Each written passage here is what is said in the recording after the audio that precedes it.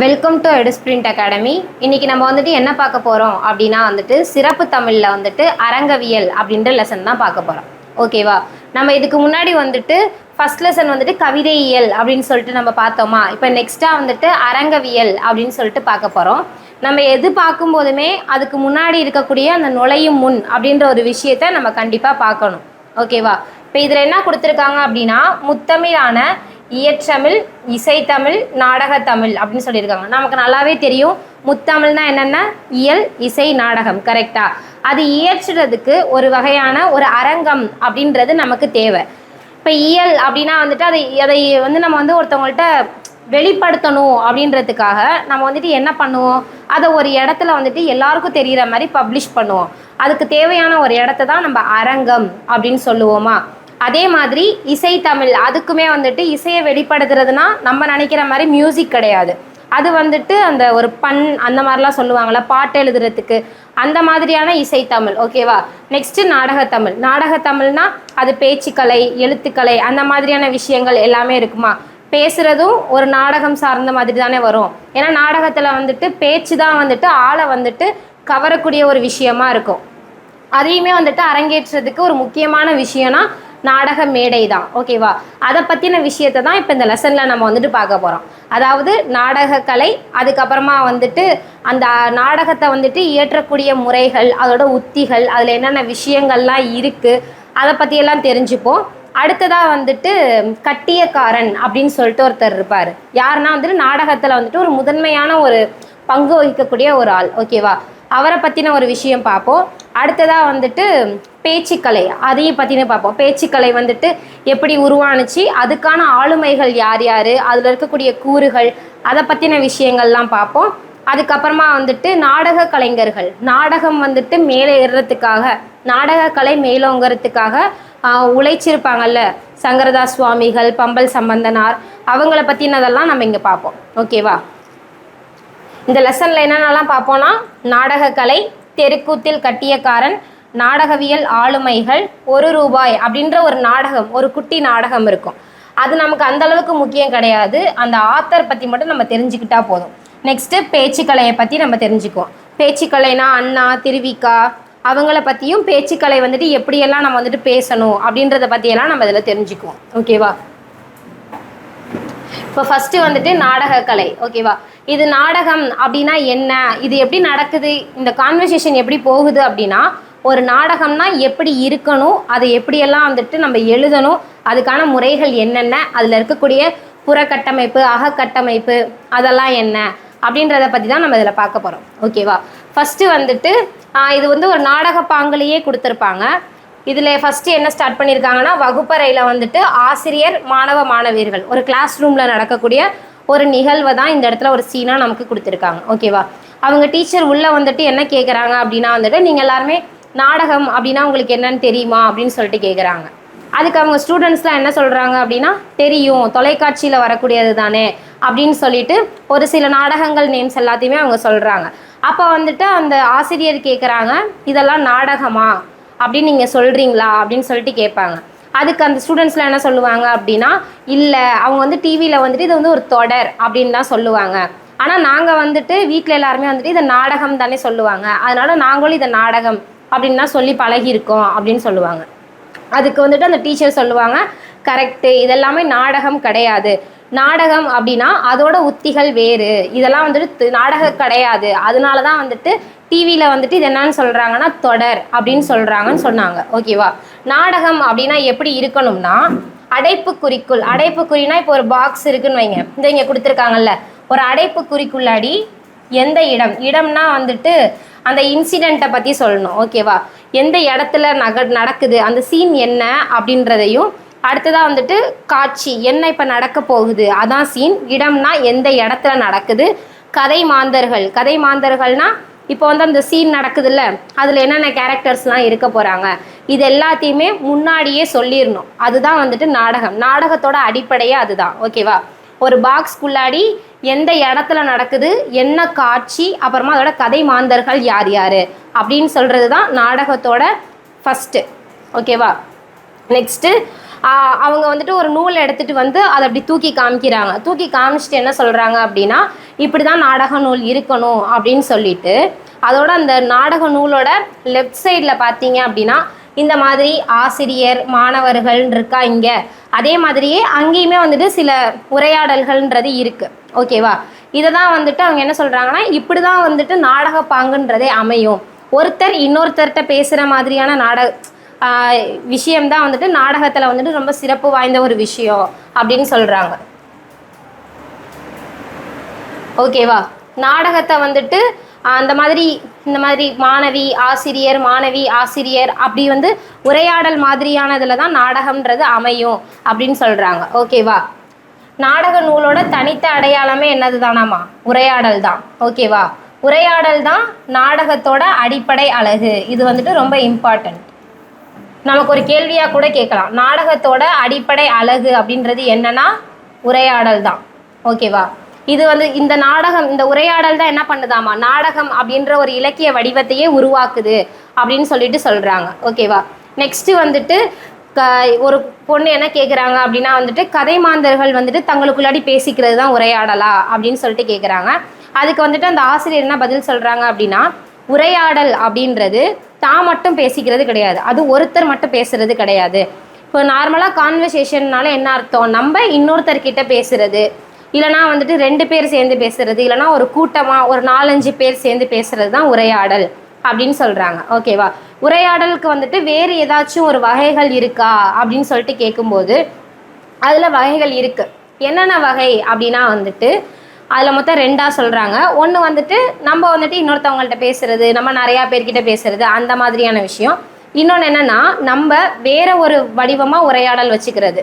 நம்ம என்ன பண்ணுவோம்னா மனசாட்சிக்கிட்ட பேசுகிறது, அந்த மாதிரியான விஷயங்களையுமே வந்துட்டு உரையாடல் அப்படின்னு தான் சொல்கிறாங்க. நம்மளே பேசிப்போம்ல, நம்ம நிறையா சீன்ஸ்லலாம் பார்த்துருக்கோம், நம்மள மாதிரியே இன்னொரு கேரக்டர் நம்ம மனசாட்சி வந்து நம்ம முன்னாடியே நின்று நம்மக்கிட்ட பேசுகிற மாதிரி இருக்கும். நம்ம ஒரு விஷயத்த சொல்லுவோம், அதுக்கு அதை அப்போஸ் பண்ணுற மாதிரி இருக்கும். அந்த மாதிரியான ஒரு உரையாடலும் இருக்குது.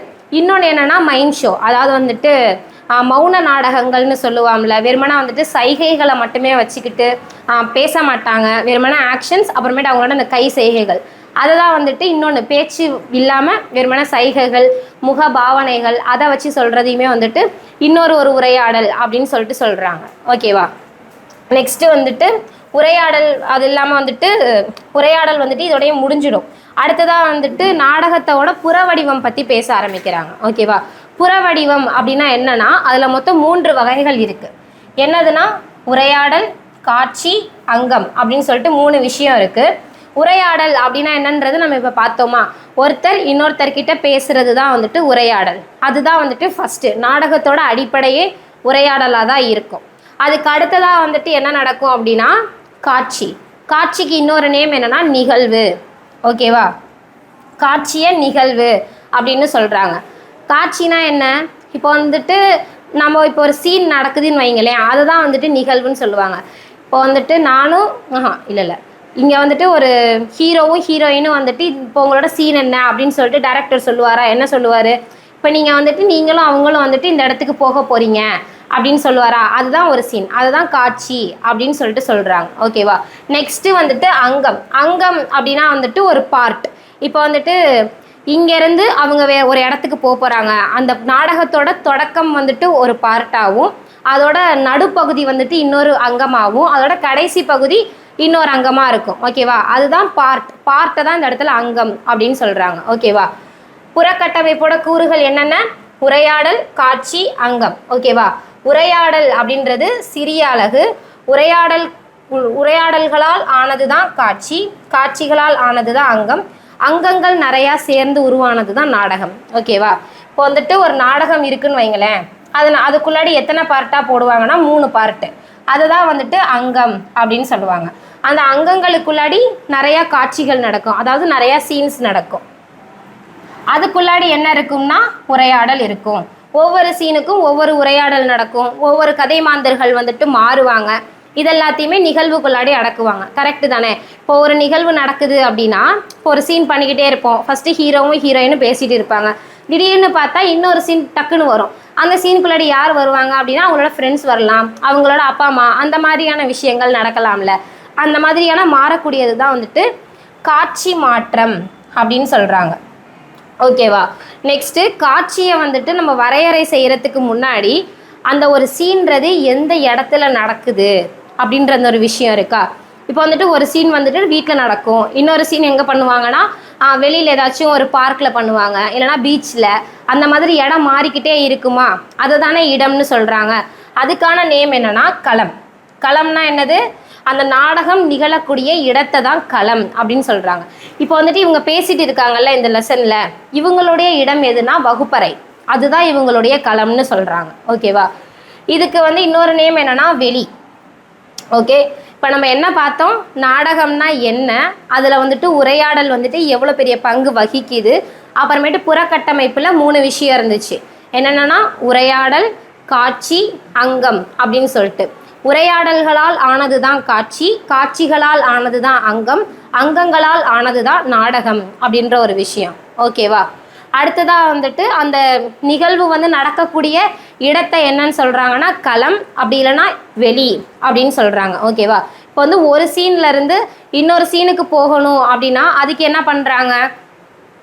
அதை வந்து அதுக்கு நேம் என்னன்னு சொல்கிறாங்கன்னா காட்சி மாற்றம் அப்படின்னு சொல்கிறாங்க. ஓகேவா? இப்போ நம்ம பேசிக்கிட்டே இருக்கோம், இப்போ திடீர்னு யாராச்சும் ஒருத்தவங்க வராங்க அப்படின்னா அப்போ நம்மளோட பேச்சுன்றது மாறும் தானே. அதை தான் வந்துட்டு காட்சி மாற்றம், சீன் வந்துட்டு மாறுது அப்படின்றத தான் அப்படி சொல்கிறாங்க. ஓகேவா? நெக்ஸ்ட்டு இந்த இடத்துல வந்துட்டு ஒரு சீன் மாதிரி கொடுத்துருக்காங்க. என்ன அப்படின்னா ஒருத்தர் வந்துட்டு தன்னோட வீட்டில் இருக்கிற மாதிரியான ஒரு சீன். அதுக்கு அடுத்ததாக வந்துட்டு அங்கேருந்து தன்னோட வீட்டிலேருந்து உணவகத்துக்கு செல்றதுக்காக ஒரு சாலை பயணம் வந்துட்டு இன்னொரு காட்சி. நெக்ஸ்ட்டு உணவகத்திலேருந்து உணவை வாங்கி சாப்பிட்டுட்டே இருக்கும்போது அங்கே ஒருத்தரை மீட் பண்ணுறார். ஓகேவா? அது இன்னொரு காட்சி. அதுக்கப்புறமா வந்துட்டு அவரோட வந்துட்டு பேசிட்டு ஒரு முரண்பாடு ஏற்படுது, ஒரு சண்டை, ஒரு வாக்குவாதம், அந்த மாதிரியான விஷயங்கள் ஏற்படுது. இது வந்துட்டு இன்னொரு காட்சி. இந்த மாதிரி ஒரு குட்டி அவர் நம்ம ஈஸியாக சொல்லிடலாம், அவர் வீட்டிலேருந்து கிளம்புனாரு, போனார், சாப்பிட்டாரு, வந்தார். இது நம்ம ஒரு லைனில் சொல்லி முடிச்சிடலாம். ஆனால் அதை இவங்க எப்படி மீன் பண்ணுறாங்கன்னா ஒவ்வொரு சீனாக எடுக்கிறாங்க. ஓகேவா? இந்த ஒவ்வொரு சீன் அப்பயுமே இடம்ன்றது மாறுதா, அந்த மாறக்கூடிய விஷயத்தை தான் களம், அந்த இடத்த தான் களம், வெளி அப்படின்னு சொல்லிட்டு சொல்கிறாங்க. ஓகேவா? இப்போது இந்த எல்லா விஷயமுமே வந்துட்டு அவங்க வந்துட்டு ஒரே அங்கத்துக்குள்ளாடி கொண்டு வந்துடுறாங்க. கரெக்டாக? இது வந்துட்டு தொடக்கமாக அந்த இடத்துல அமையும். இது வந்துட்டு ஓரங்கம் அப்படின்னு சொல்கிறாங்க. அதாவது ஒரே ஒரு பார்ட்டுக்குள்ளாடியே அவங்க ஸ்டார்ட் பண்ணதுலேருந்து முடிகிற வரைக்கும் நடந்துச்சு அப்படின்னா அது வந்துட்டு ஓரங்கம் அப்படின்னு சொல்லுவாங்க. நெக்ஸ்ட்டு வந்துட்டு இதில் வந்துட்டு கதை மாந்தரோட நுழைவு, வெளியேற்றம், களமாற்றம், இது எல்லாமே வந்துட்டு காட்சி, அந்த சீன்ஸை வந்துட்டு மாற்றும் அப்படின்னு சொல்கிறாங்க. கரெக்டு தானே? இப்போ வந்துட்டு ஒரு சீன் வந்துட்டு ஸ்டார்ட் ஆகுது அப்படின்னா அப்போ ஒரு இடத்துல வந்துட்டு அந்த விஷயங்கள் வந்துட்டு பேச்சு அது எல்லாமே வேறு மாதிரி இருக்கும். அதோட கேரக்டர்ஸ் எல்லாருமே வேறு வேறு ஆட்கள் வருவாங்க. திடீர்னு அதோட தொடக்கத்துக்குள்ளேருந்து நம்ம வந்து அதோட வளர்ச்சிக்கு போகும்போது அந்த சீன் வந்துட்டு கொஞ்சம் வளர்ந்துட்டே போயிட்டே இருக்குது அப்படின்றப்போ அதோட கேரக்டர்ஸ் எல்லாருமே மாறுவாங்க, சீன் மாறும், அந்த பேச்சு, உரையாடல் எல்லாமே மாறும். கரெக்டு தானே? அதை தான் இந்த இடத்துல வந்துட்டு காட்சியை வந்துட்டு மாற்றுது, அந்த சீனை வந்துட்டு இதுதான் மாற்றுது அப்படின்னு சொல்கிறாங்க. ஓகேவா? நெக்ஸ்ட்டு அங்கத்தை பற்றி பார்க்க போகிறோம். அங்கம்னா என்ன? நாடகத்தோட கதையை வந்துட்டு பிரித்து அமைக்கும் பிரிவு தான் அங்கம் அப்படின்னு சொல்கிறாங்க. ஓகேவா? இப்போ ஒரு நாடகம் இருக்குன்னு வைங்களேன், அதில் எப்படியுமே வந்துட்டு ஒரு 5, 6 அந்த மாதிரியான பிரிவுகள் இருக்கும். திடீர்னு ஒரு கேரக்டர் உள்ளே வருவாங்க, திடீர்னு அவங்க போய்ட்டு இன்னொருத்தவங்க உள்ளே வருவாங்க. அந்த மாதிரி பிட்டு தானே நடக்கும். ஆனால் கடைசியில் தான் தெரியும் அது வந்து ஒரு கோர்வையாக கடைசியில் அமையுது அப்படின்னு சொல்லிட்டு.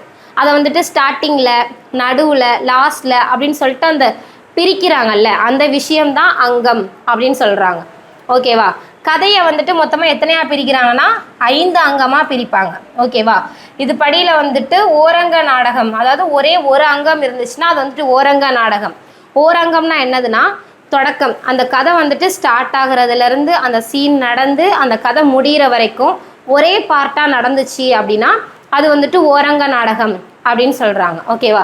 இதே வந்துட்டு மூவங்க நாடகம் அப்படின்னா என்னதுன்னா அதோட தொடக்கத்தை வந்துட்டு முதல் அங்கத்திலும், அதோட வளர்ச்சியை வந்துட்டு அடுத்த அங்கத்திலும், முடிவை வந்துட்டு 3வது அங்கத்திலும் அமைக்க வேண்டும். இப்படி அமைக்கிறது தான் வந்துட்டு மூவங்கங்கள் அப்படின்னு சொல்கிறாங்க. அதே சமயம் இப்படி ஒரு நாடகம் அமைஞ்சிச்சுன்னா அது வந்துட்டு ஒரு சிறப்பான ஒரு பேரை எடுக்கும், சிறப்பான ஒரு நாடகம் அப்படின்னு சொல்கிறாங்க. ஓகேவா? மோஸ்ட் ஆஃப் த நாடகம் வந்துட்டு எதில் முடியும்னா மூவங்கத்தில் தான் முடியும். அதில் முடியக்கூடிய நாடகங்கள் தான் சிறந்த நாடகங்கள் அப்படின்னு சொல்கிறாங்க. ஓகேவா? ஒரே அங்கம்னா என்னன்னு நம்ம பார்த்தோம், தொடக்கம், வளர்நிலை, முடிவு. இது மூணுமே வந்துட்டு ஒரே சீன் ஒரே பார்ட்லேயே முடிஞ்சிடும். ஓகேவா? இந்த மாதிரி பாட்டாக போகாது. அதெல்லாம் வந்துட்டு ஓரங்க நாடகங்கள்னு சொல்கிறாங்க. இது ரொம்ப முக்கியம். ஏன்னா ஈரங்கம்ன்ற ஒரு அமைப்பு நாடகத்திலேயே கிடையாது. ஓகேவா? அவங்க கேட்கலாம் நமக்கு கொஷின் கூட, ஈரங்கம் அப்படின்ற ஒரு நாடக அமைப்பு இருக்கா அப்படின்னு நம்மள்ட்ட கேட்குறதுக்கு நிறைய சான்ஸ் இருக்குது. ஓகேவா? ஸோ இதை மறந்துடாதீங்க. ஓரங்கம் இருக்குது, மூவங்கம் இருக்குது, ஐந்தங்கம் இருக்குது. ஆனால் ஈரங்கம்ன்ற ஒரு அமைப்பு நாடகத்தில் கிடையாது. ஓகேவா? நெக்ஸ்ட்டு இதே மாதிரி அடுத்து வந்துட்டு ஒரு மாணவி என்ன கொஷின் கேட்குறாங்க அப்படின்னா, சிறுகதை கவிதையிலலாம் ஒரு விதமான ப்ரொசீஜர் இருக்கும்ல, இப்படி தான் எழுதணும், யாப்புக்கட்டுக்குள்ளாடி தான் எழுதணும், இவ்வளோ லைன்ஸ் தான் இருக்கணும், அந்த மாதிரியான விஷயம் நாடகத்தில் இருக்கா அப்படின்னு சொல்லிட்டு கேட்குறாங்க. அதுக்கு அந்த ஆசிரியர் என்ன சொல்கிறாங்க அப்படின்னா, ஓகே, இது நல்ல கேள்வி தான். நம்ம இப்போ வந்து புறக்கட்டமைப்பு தானே பார்த்தோம், இப்போ நெக்ஸ்ட்டு நம்ம போக போகிறது அகக்கட்டமைப்பு அப்படின்னு சொல்கிறாங்க. ஓகேவா? புறக்கட்டமைப்புனா என்ன பார்த்தோம்? அதில் மொத்தமாக 3 விஷயம் பார்த்தோம். உரையாடல், காட்சி, அங்கம். ஓகேவா? 3 விஷயம் பார்த்தோமா? இப்போ நெக்ஸ்ட்டு வந்துட்டு அகக்கட்டமைப்பு. அகக்கட்டமைப்புனா அதில் மொத்தமாக வந்துட்டு ஒரு 6 விஷயங்கள் இருக்குது. என்னென்ன? தொடக்கம், மோதல், வளர்ச்சி, உச்சநிலை, வீழ்ச்சி, முடிவு அப்படின்னு சொல்லிட்டு ஒரு 6 விஷயங்கள் இருக்குது. ஓகேவா? அதுக்கு முன்னாடி நொண்டி நாடகம் அப்படின்னு சொல்லிட்டு இங்கே ஒரு விஷயம் கொடுத்துருக்காங்க. நொண்டி நாடகம்னா எப்போ உருவானதுன்னா 17ஆம் நூற்றாண்டோட பிற்பகுதியில் தான் இந்த நொண்டி நாடகம் அப்படின்றது உருவானுச்சு. நொண்டி நாடகம்னா எப்படி இருக்கும் அப்படின்னா, ஒரு கதை ஸ்டார்ட் ஆகும். அதில் வந்துட்டு அதோட ஹீரோ இருக்காங்கல்ல, அந்த ஹீரோ வந்துட்டு ஃபஸ்ட்டு ரொம்ப கெட்டவங்களாக இருப்பாங்க. அதனால வந்துட்டு அவங்க நிறையா துன்பங்களெல்லாம் அனுபவித்து அவங்களுக்கு வந்துட்டு கை கால் எல்லாத்தையுமே இழந்துடுவாங்க. அதனால அவங்க ரொம்ப கஷ்டப்படுவாங்க.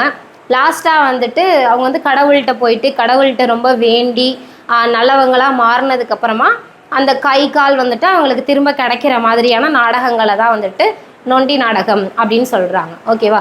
நொண்டி நாடகத்தில் வந்துட்டு நிறைய வகைகள் இருக்குது. அதில் 1, 2 இங்கே சொல்லியிருக்காங்க பாருங்கள்.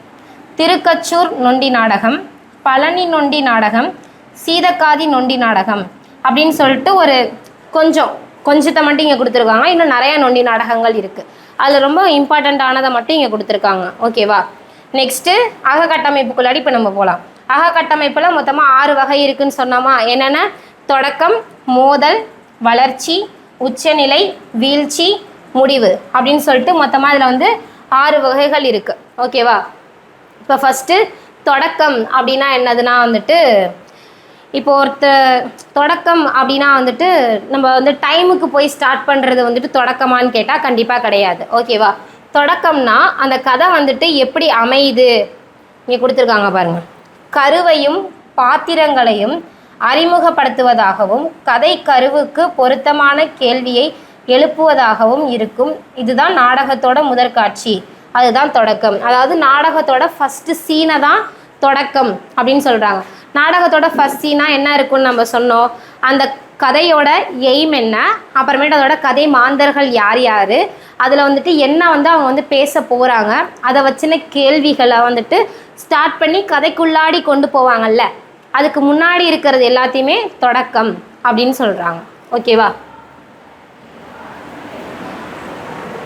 நெக்ஸ்ட்டு வந்துட்டு இப்போ நம்ம வந்து தொடக்கம் பார்த்துட்டோமா, அடுத்ததான் என்ன பார்க்கணும்? மோதல் பார்க்கணுமா?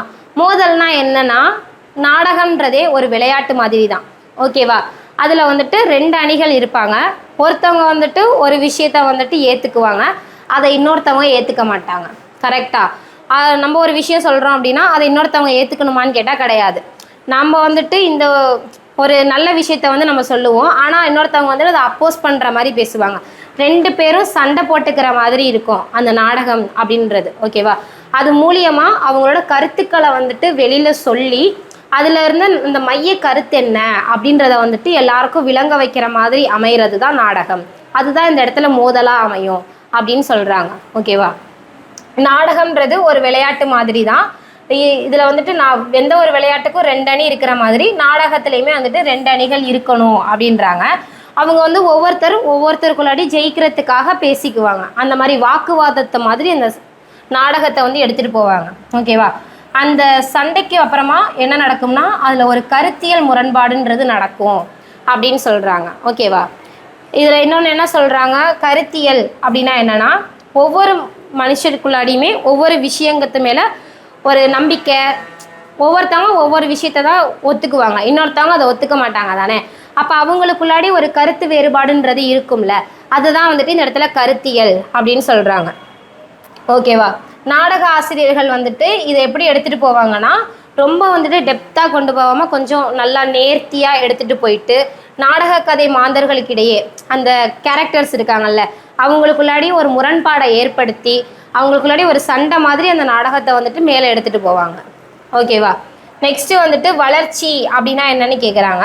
வளர்ச்சின்றது வந்துட்டு அந்த கதை மாந்தர்கள் அவங்களோட அந்த டைலாக்ஸ் அது மூலியமாக வந்துட்டு அவங்க அந்த தொடக்கத்திலேருந்து அதை ஒரு இடத்துக்கு அந்த மோதலுக்கு அப்புறமா அதை வந்து வளர்ச்சியாக எடுத்துக்கிட்டே போவாங்க அப்படின்னு சொல்கிறாங்க. ஓகேவா? வளர்ச்சியை தொடர்ந்து தான் உச்சம் அப்படின்ற ஒரு விஷயம் அமையும் அப்படின்றாங்க. உச்சம்ன்றது வந்துட்டு எப்படி போகும் அப்படின்னா ஆர்வத்தொக்கலோடு போகும்ன்றாங்க. ஆர்வத்தொக்கல்னா ஒன்றும் இல்லை, சஸ்பென்ஸ் தான். ஓகேவா? இப்போ நம்ம ஒரு படம் பார்க்குறோன்னு வைங்களேன், ஃபஸ்ட்டு வந்துட்டு 2 பேரும் வந்துட்டு ஒரு நார்மலாக ஒரு விஷயம் ஸ்டார்ட் ஆகிற மாதிரி இருக்கும்.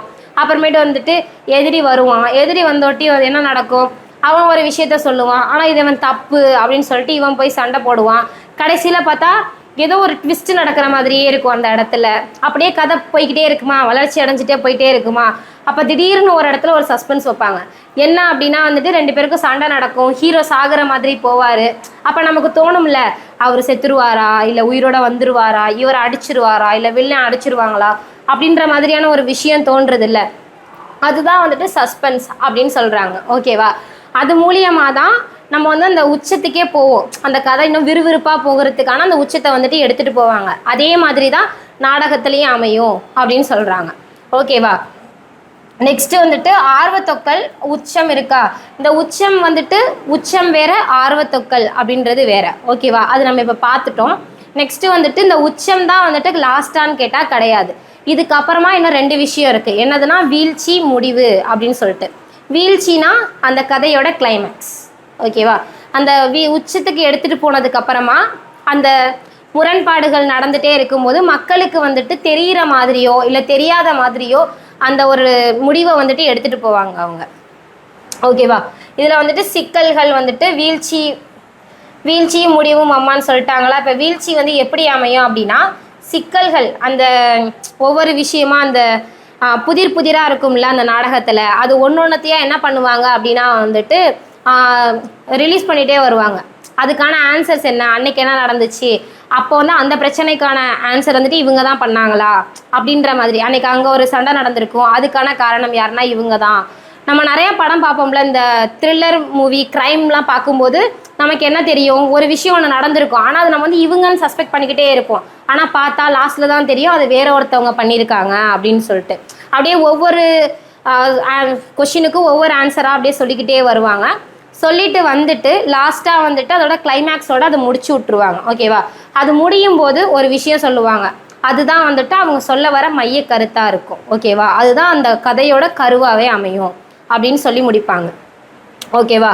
ஆனால் வந்துட்டு அந்த முடிவுன்றது எப்படி அமையும், நம்ம எதிர்பார்க்காத மாதிரியான ஒரு முடிவாக அமையணுன்ட்டு தான் இந்த கலைஞர்கள் எல்லாருமே நினைப்பாங்க. ஓகேவா? இது இல்லாமல் இன்னும் வேறு என்னென்ன இருக்குது அப்படின்னா, கதை கரு, எதிர்நிலை, குறிப்பு முரண் அப்படின்னு சொல்லிட்டு நாடகத்தில் இன்னும் முக்கியமான விஷயங்கள் இருக்குது அப்படின்னு சொல்கிறாங்க. கதை கரு, எதிர்நிலை, குறிப்பு முரண். ஓகேவா? நாடகத்தோட உயிர்நிலையாக அமைகிறது எதுதானா, கதைக்கரு. அடிப்படை களம்னு கேட்டால் உரையாடல். நெக்ஸ்ட் வந்துட்டு நாடகத்தோட உயிர்நிலைனா கதைக்கரு. ஓகேவா? இப்போ இது வந்துட்டு எப்படி அமையும் அப்படின்னா, ஒரு நாடகம் வந்து இப்போ ஸ்டார்ட் பண்ணுறாங்கன்னு வைங்களேன், அதில் வந்துட்டு சொல்ல வர விஷயம்னு ஒரு விஷயம் இருக்குமா, அது எப்படி அமையும், அவனோட அந்த மெயின் எய்மை வச்சு தான் அந்த நாடகத்தையே அவன் எடுத்துகிட்டு போவான். ஓகேவா? அது வந்து எதை பேஸ் பண்ணியெல்லாம் அவன் எடுக்கலாம் அப்படின்னா, சமூகத்தில் நடக்கக்கூடிய விஷயங்கள், அரசியல் சம்மந்தமானது, பொருளாதாரம், அப்புறமேட்டு வந்துட்டு மனநிலை, இந்த மாதிரியான விஷயங்களை வச்சு எல்லாம் அவனோட கரு வந்துட்டு தோன்றும், அதாவது அதோட எய்ம் வந்துட்டு அமையும் அப்படின்னு சொல்கிறாங்க. ஓகேவா? அதே சமயம் இப்போது நம்ம வந்துட்டு ஒரு படம் பார்க்குறோம், நாடகம் கிட்டத்தட்ட ஒரு திரைப்பட கலை மாதிரி தான். அதோட ஃபஸ்ட்டு பார்ட்டு தான் வந்துட்டு நாடகம் அப்படின்னு சொல்கிறாங்க. ஓகேவா? அதை வந்துட்டு நம்ம பார்க்குறது மூலியமாக தான் அந்த கலைஞர்களுக்கே தெரியும் இது வந்துட்டு ஒரு சந்தோஷமான நாடகம், இது வந்துட்டு ஒரு துக்கமானது, இது ஒரு இன்பமானதா இல்லை துக்கமான நாடக நிலையா அப்படின்றதே அவங்களால வந்து தெரிஞ்சுக்க முடியும். கரெக்டு தானே? இப்போ நம்ம பார்த்து சொன்னால் தானே தெரியும் அது வந்துட்டு நமக்கு ஹாப்பினஸாக இருக்கா இல்லைனா அது வந்து ஒரு சோக கதையா அப்படின்றது. அது வந்து பார்வையாளர்கள் முடியல தான் இருக்குது அப்படின்னு சொல்கிறாங்க. ஓகேவா? இன்பியல் நாடகமா துன்பியல் நாடகமா அப்படின்றது அப்போ தான் தெரியும் அப்படின்னு சொல்கிறாங்க. ஓகேவா? நெக்ஸ்ட்டு எதிர்நிலை அப்படின்னா என்னன்னு கேட்குறாங்க. எதிர்நிலை அப்படின்னா ஆப்போசிட், கான்ட்ராஸ்டாக பேசுகிறது தான் வந்துட்டு அப்படி இருக்கும். ஓகேவா? இப்போ திடீர்னு வந்துட்டு இப்போ நம்ம லைஃப்லேயே நடக்கும். இப்போ நம்ம வந்துட்டு திடீர்னு நல்லா சிரிச்சுட்டு காலையிலேருந்து சாயந்தரம் வரையும் ஜாலியாக இருப்போம். ஆனால் திடீர்னு பார்த்தா நமக்கு வந்துட்டு ஏதோ ஒரு கஷ்டம் வரும், நம்ம டக்குன்னு அழுவோம்ல. காலை நல்லா இருப்போம், சாயந்தரம் ஆனால் திடீர்னு அழுதுருவோம். அதுதான் வந்துட்டு கான்ட்ராஸ்ட், முரண்பாடு மாதிரி ஆப்போசிட்டாக நடக்கும்ல, அதை தான் சொல்கிறாங்க. ஓகேவா? இப்போ வந்துட்டு ஒரு காட்சியில் வந்துட்டு சிரிப்போடு அமைஞ்சிட்டு இருக்கும், அதே நெக்ஸ்ட் சீனில் பார்த்தோம் அப்படின்னா அது வந்து அழுகையாக அமையும். அதுதான் வந்துட்டு கான்ட்ராஸ்ட், அதுதான் வந்துட்டு எதிர்நிலை அப்படின்னு சொல்கிறாங்க. ஓகேவா? இது இன்னொரு விஷயமா எப்படி சொல்லலாம் அப்படின்னா வந்துட்டு ஒரு கதை மாந்தர் வந்துட்டு அவசரப்பட்டுக்கிட்டே இருக்காரு. எந்த ஒரு முடிவு எடுக்கணும்னாலும் டக்கு டக்குன்னு எடுத்து அதில் போய் மாட்டிகிட்டே இருக்காரு. அதே இன்னொருத்தர் பார்த்தோம் அப்படின்னா அவர் ரொம்ப அமைதியாக நிதானமாக அந்த வேலையை செஞ்சு முடிக்கிறாரு. இதுவுமே கான்ட்ராஸ்டாக தான் அமையும். ஓகேவா? அந்த மாதிரியான விஷயங்களும் இதில் அமையும் அப்படின்னு சொல்கிறாங்க. ஓகேவா? நெக்ஸ்ட்டு குறிப்பு முரண் அப்படின்னா என்னென்னு கேட்குறாங்க. இப்போ வந்து 2 கேரக்டர்ஸ் வந்துட்டு ஹீரோ வில்லன் 2 பேர் வந்துட்டு சண்டை போட்டுட்டு இருப்பாங்களா, அப்போ வந்துட்டு அவங்களோட லைஃப்பில் என்ன நடக்க போகுது அப்படின்றது அவங்களுக்கு அந்த இடத்துல தெரியுமா? கண்டிப்பாக தெரியாது. ஏன்னா அவங்க வந்துட்டு அதை அவங்க யோசிக்காம தானே இந்த இடத்துல வந்து அவங்க பண்ணிட்டு இருப்பாங்க. ஆனால் பார்வையாளர்களுக்கு வந்துட்டு அதை ஒரு ஹிண்ட் மாதிரி கொடுப்பாங்க. இப்போ நெக்ஸ்ட் என்ன நடக்கும் அப்படின்றத வந்துட்டு ஒரு ஹிண்ட் மாதிரி கொடுக்குறாங்கல்ல, அதுதான் வந்துட்டு குறிப்பு முரண். இப்போ நம்ம யோசிப்போம்ல, இப்போ திடீர்னு ஏதோ ஒரு சண்டை நடக்குது அப்படின்னா இவன் அடிச்சிருவான் இவன் அடிக்க மாட்டான் அப்படின்னு சொல்கிறோம்ல, அதுதான் வந்துட்டு குறிப்பு முரண் அப்படின்னு சொல்கிறாங்க. ஓகேவா? இங்கே இருக்க பாருங்கள், என்ன நடக்க போகிறது என தெரியாமல் இருப்பார்கள், ஆனால் பார்வையாளர்களுக்கு நடக்க போவது முன்னதாகவே தெரிந்துவிடும். இதை தான் குறிப்பு முரண் அப்படின்னு சொல்கிறாங்க. ஓகேவா? ஆனால் ஆசிரியர்கள் வந்துட்டு இதை ரொம்ப நுட்பமாக பயன்படுத்துவாங்க. ஃபுல்லாகவே கதை தெரிகிற மாதிரி அவங்க அந்த சீனை வந்துட்டு எடுக்க மாட்டாங்க. ஓகேவா? கொஞ்சம் மைன்யூட்டாக தெரிகிற மாதிரி எடுத்துருவாங்க. நெக்ஸ்ட்டு வானொலி நாடகங்களை பற்றி சொல்லியிருக்காங்க. வானொலி நாடகம்னா ரேடியோவில் வந்துட்டு நாடகங்கள் வந்துட்டு இப்போ இல்லை, முன்னாடி நடந்துட்டு இருந்துச்சு. ஓகேவா? அது வந்துட்டு எப்படி நடக்கும் அப்படின்னா வந்து இந்த மாதிரியான ஆக்ஷன்ஸு, அவங்களோட அந்த முக பாவனைகள் அப்படியெல்லாம் வந்துட்டு அதில் இருக்குமான்னு கேட்டால் கிடையாது. அவங்களோட வாய்ஸ், அந்த வாய்ஸை வந்துட்டு அவங்க ஏற்றுறது இறக்குறது, அது மூலியமாக தான் அந்த நாடகம் வந்துட்டு எப்படி போகுது அப்படின்றது கேட்குறவங்களுக்கு வந்துட்டு புரியும். அந்த மாதிரியான நாடகங்கள் தான் இவங்க எடுத்தாங்க. ஓகேவா? நாடகத்துக்கு வந்துட்டு நடிப்பு குறிப்புன்றது ரொம்ப முக்கியமான விஷயம். ஆனால் வானொலிக்கு வந்துட்டு இது தேவை கிடையாது. அது எப்படி தேவை அப்படின்னா ஒலி குறிப்பு தான் தேவை. அவங்களோட அந்த உடல் மொழியும் அவங்க வெளிப்படுத்தக்கூடிய அந்த முக பாவனைகளும் எப்படி அமையணும், அவங்களோட அந்த ஒலி குறிப்புனா அந்த வாய்ஸ் வச்சு தான் அவங்களுக்கு தெரியும் அப்படின்னு சொல்கிறாங்க. ஓகேவா? அது மாதிரியான நாடகங்களை தான் வந்துட்டு அப்பயுமே எடுத்துகிட்டு இருந்தாங்க அப்படின்னு சொல்கிறாங்க. அதுக்கப்புறமா வந்துட்டு மேடைகளுக்குள்ளாடி போகிறாங்க. மேடைகள் இதெல்லாம் நீங்கள் வந்து பார்த்துருக்கீங்களா, மேடை நாடகங்கள் நீங்கள் பார்த்துருக்கீங்களா அப்படின்னு சொல்லிட்டு கேட்கும்போது, நம்ம ஊர்லேயுமே நம்ம நிறையா இடத்துல பார்த்துருப்போம்ல, இந்த கோயிலில் திருவிழாலாம் நடந்துச்சு அப்படின்னா நைட்டு வந்துட்டு நாடகம் போடுவாங்கல்ல, அதெல்லாம் இவங்க பார்த்துருக்கேன் அப்படின்னு சொல்லுவாங்க. அந்த மேடைகளை வந்துட்டு என்னன்னு சொல்கிறாங்கன்னா அரங்கம் அப்படின்னு சொல்கிறாங்க. ஓகேவா? நெக்ஸ்ட்டு இந்த மேடைகளில் வந்துட்டு இந்த மேடைகளை பற்றி சொன்ன முதல் நூல் எது அப்படின்னா சிலப்பதிகாரம். ஓகேவா? தமிழோட முதல் காப்பியமான சிலப்பதிகாரத்தில் தான் அரங்கேற்று காதைன்னு ஒரு காதை, மொத்தமாக 30 காதை இருக்குல்ல, அதில் அரங்கேற்று காதையில் அரங்குகள் வந்துட்டு எப்படி அமையணும், அதோட உயரம் என்ன, திரை சிலைகளோட வகைகள் என்னது, தூண்களோட நிழலை காட்டாமல் விளக்குகளை எப்படி அமைக்கணும், அதை பற்றின சிறப்புகள் எல்லாத்தையுமே இதில் சொல்லியிருப்பாங்க. ஓகேவா? இப்போ வந்துட்டு இங்கே வந்துட்டு 3 ஸ்க்ரீன் கொடுத்துருக்காங்க பாருங்கள். இதோட நேம் என்னன்னா ஒருமுக எழினி, பொறுமுக எழினி, கறந்து வரல் எழினி. ஓகேவா? ஒருமுக எழினி அப்படின்னா வந்துட்டு ஒன் சைடாக க்ளோஸ் பண்ணுற மாதிரி இருக்கும், அதுதான் வந்துட்டு ஒருமுக எழினி. பொறுமுக எழினி அப்படின்னா அப்போ நடுவில் இருக்கும் ஸ்க்ரீனு, இது அப்படி விரிச்சோம்னா அப்படி 2 சைடுமே போகும்ல, அதுதான் வந்துட்டு பொறுமுக எழினி. கறந்து வரல் எழினி அப்படின்னா மேலேருந்து அப்படியே க்ளோஸ் ஆகிறது.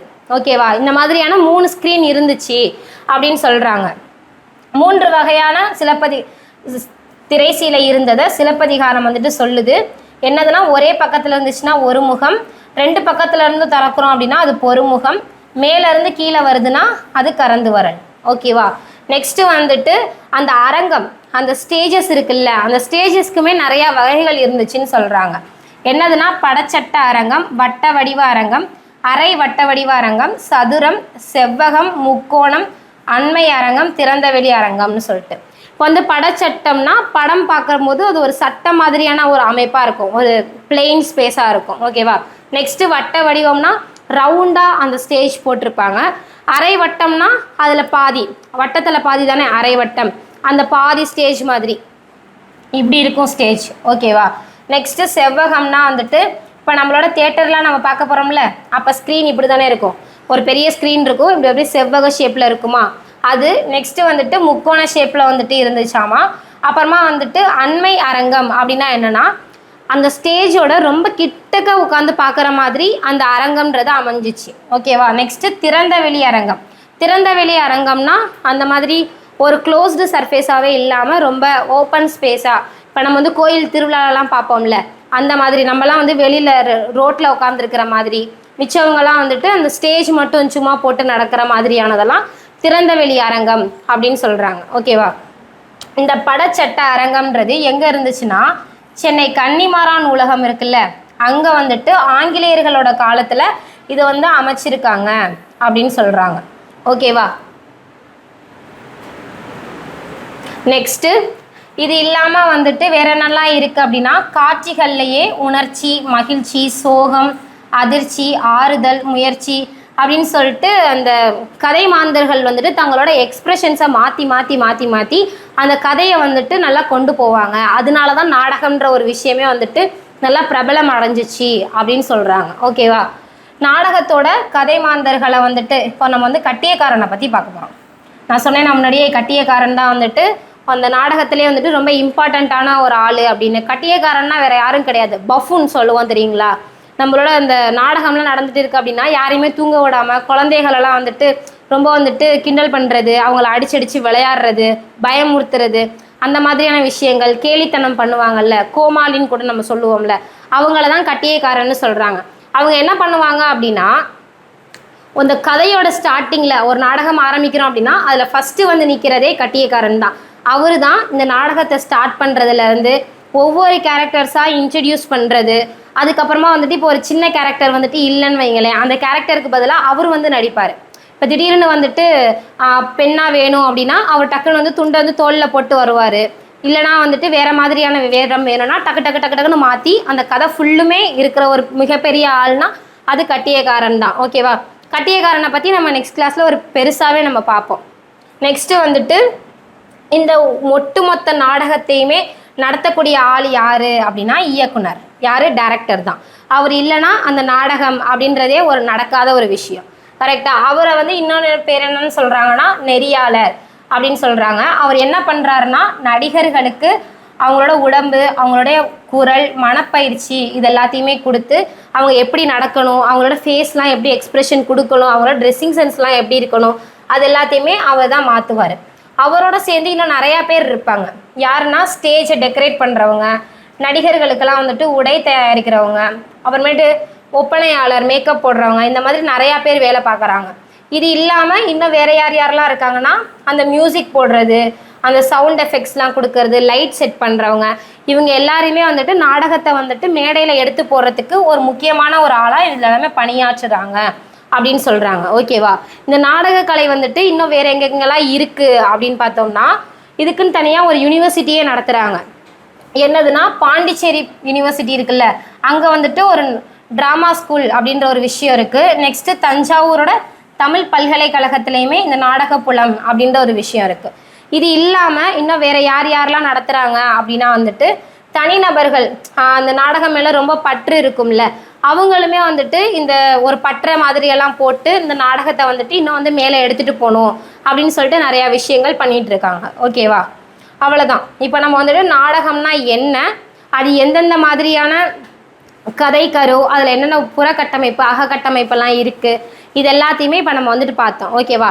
நெக்ஸ்ட் கிளாஸில் நாடக கலைக்கு வந்துட்டு முக்கியமான நபர்கள் யார் யார், அப்புறமா கட்டியக்காரன்னா யார், பேச்சுக்கலை, இது எல்லாத்தையுமே நம்ம பார்க்கலாம். ஓகேவா?